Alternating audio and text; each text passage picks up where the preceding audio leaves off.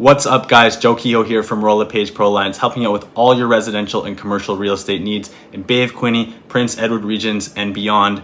This week's video is going to be a quick video on a clause. That clause is called an escape clause. So since we're seeing the market change a little bit, buyers maybe have a little bit more of the upper hand, we're seeing more of these escape clauses come into play and come around. And a frequent question I've been getting from buyers and sellers is, what exactly is an escape clause and what does this mean for me? So if you're a buyer and you want to offer on a property that's sold conditional with an escape clause, if you're a buyer who wants to offer on a property with an escape clause, maybe you need to sell your property and you need to include a sale of property condition with an escape clause, or if you're a seller and you get an offer that comes in conditional with an escape clause, we need to figure out what these mean for you.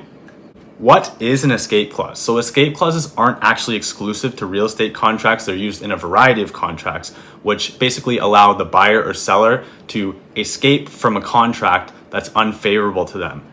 The catch here is that usually the original buyer has first rights of refusal at the contract minus the terms that they have the escape clause on. So if the seller gets another suitable offer from a second potential buyer, that first buyer is then notified to remove their condition or conditions with the escape clause to go forward with the agreement at the original terms set out.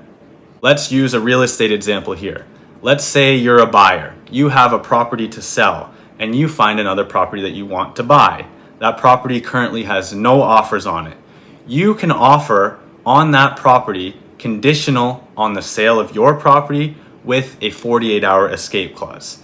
If the seller finds this condition suitable and all other terms in the contract suitable, they can accept your offer and continue to market that property.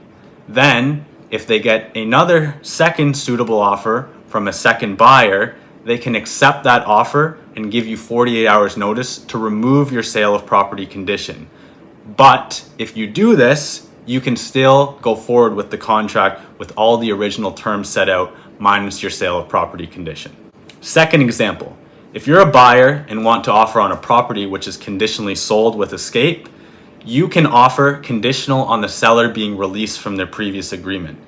If that seller finds your offer suitable, they will then accept your offer and give notice to the first buyer, whatever time frame their escape clause may be, 24, 48 hours, to remove all their conditions with the escape clause. If that buyer does not decide to remove their conditions, then the seller can proceed with your offer. If that buyer decides to remove their conditions, that first buyer can now proceed with the contract with all the original terms set out, minus their conditions with the escape clause.